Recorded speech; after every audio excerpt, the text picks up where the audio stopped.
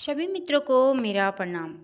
आशा और उम्मीद करते हैं आप सभी लोग स्वस्थ होंगे, मस्त होंगे और अपने परिवार के साथ व्यस्त होंगे। आप सभी को मेरी कहानियाँ किस प्रकार से लग रही हैं मुझे कमेंट में ज़रूर लिखें। ज़्यादा से ज़्यादा लाइक करें, शेयर करें और कमेंट अच्छे अच्छे करें। चैनल पे जो भी व्यक्ति नए हैं और मेरी कहानियों को निरंतर सुन रहे हैं तो वह चैनल को सब्सक्राइब ज़रूर करें और बेल आइकन को प्रेस करें ताकि आपको सबसे पहले नोटिफिकेशन मिले और आप मेरी कहानियों के एक महत्वपूर्ण सदस्य बने रहें। तो आज की कहानी प्रारंभ करते हैं। एक बार बुद्ध अपने शिष्यों को समझा रहे होते हैं। तभी उनमें से एक शिष्य उनसे प्रश्न पूछता है कि महात्मा जी, गुरुदेव, आप हमें हमेशा कहते हैं कि समय पर उठो, समय पर सुबह का जो नाश्ता होता है वह करो, समय पर अपना अध्ययन करो। समय इतना अति आवश्यक क्यों है? तभी महात्मा बुद्ध के दिमाग में एक कहानी आती है। तो वह कहते हैं कि शिष्यों, मैं आप सभी को समय का अनुभव करवाना चाहता हूँ और मैं आप सभी के समक्ष एक कहानी रखूँगा। एक बार की बात है, एक गांव में एक लड़का रहा करता था। वह लड़का हर चीज़ में बहुत अच्छा था। वह सुबह तड़के सुबह उठता था, 5 बजे अपने नित्य कार्यक्रमों से निर्वृत्त हो जाता था और उसके पश्चात वह अपना सुबह का भोजन ग्रहण करता था।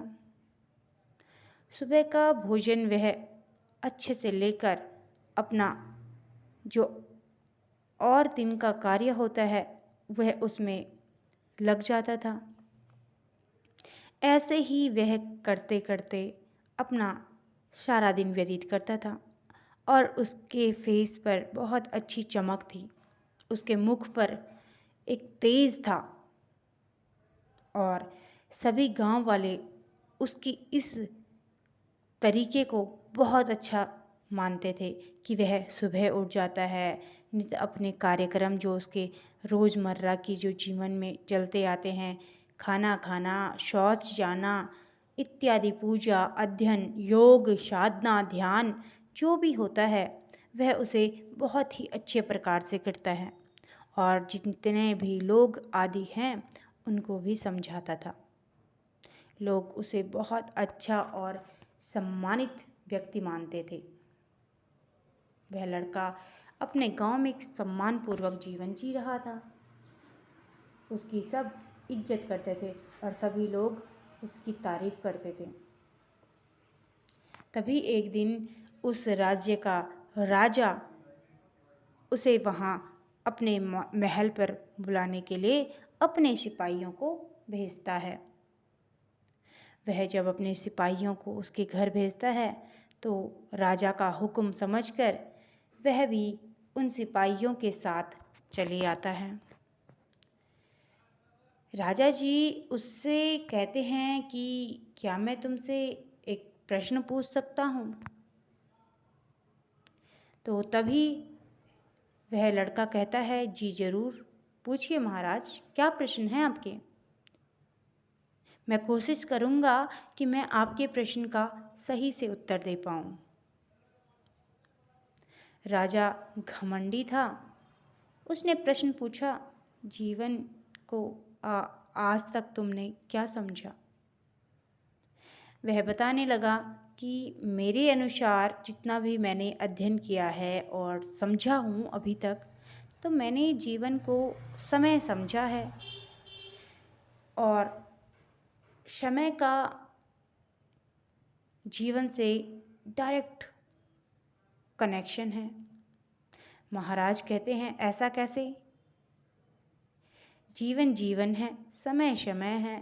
तुम जीवन और समय को एकजुट कैसे कर सकते हो, एक साथ कैसे बोल सकते हो कि जीवन समय होता है? तभी वह व्यक्ति उन्हें स्पष्ट करता है और कहता है, महाराज, इसके लिए आपको एक छोटे बच्चे के जैसे अपने मन के भावों को अलग रखकर मेरी बात को इस प्रकार से सुनना है कि आपने आज तक कोई जैसे शिक्षा ग्रहण ही नहीं करी, फिर आप मेरी बात को अच्छे से समझ पाएंगे। तो राजा ने कहा, ठीक है। राजा ने अपनी राजगद्दी से उठकर नीचे फर्श पर बैठ गए, दरी बिछाई और उसके ऊपर बैठ गए।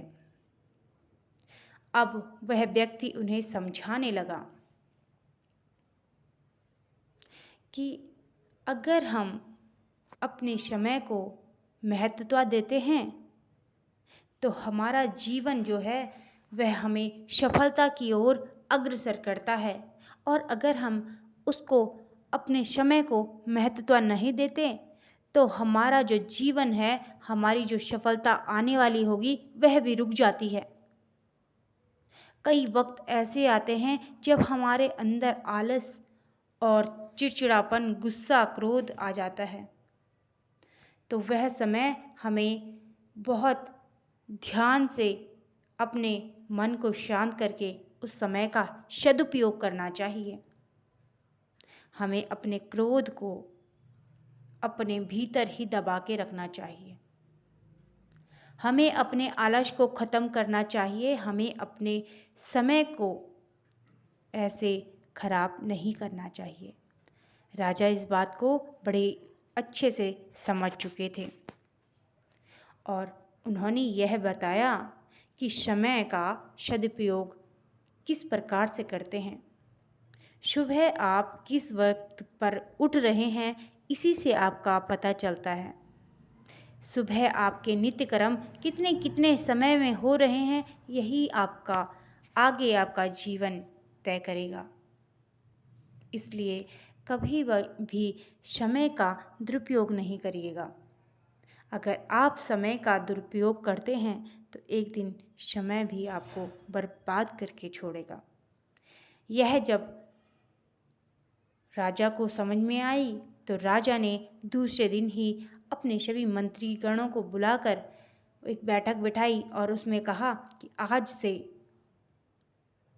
हम समय का सदुपयोग करेंगे, सुबह उठेंगे, हर काम वक्त पे करेंगे और अपने अपने गाँव में, अपने अपने राज्यों में, अपने अपने क्षेत्र में जाकर सभी से यही कहेंगे कि समय का सदुपयोग करें, क्योंकि जीवन को सफलतापूर्वक आगे बढ़ाना है और सफल व्यक्ति बनना है तो उसके लिए हमें समय का सदुपयोग करना आवश्यक है।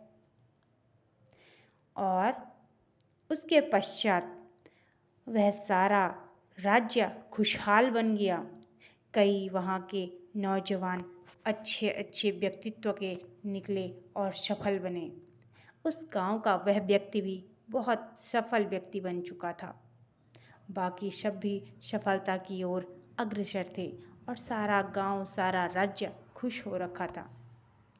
तो जब यही बात महात्मा बुद्ध अपने शिष्यों को इस कहानी के जरिए समझाते हैं तो उनके शिष्य भी यह कहानी सुनकर बहुत खुश होते हैं और कहते हैं कि हाँ गुरुदेव, हम इस कहानी से बहुत कुछ सीखे हैं।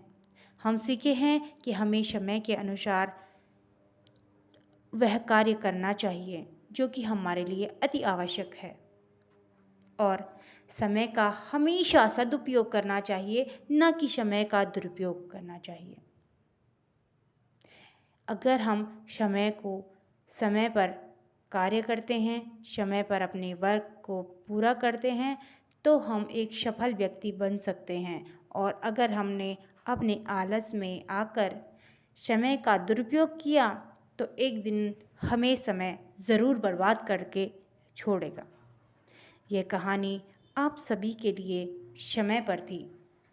तो आपको ये कहानी कैसे लगी, आप मुझे कमेंट में लिख भेजें। मैं मिलती हूँ आपको एक नई कहानी में, तब तक के लिए आप सभी को मेरा प्रणाम।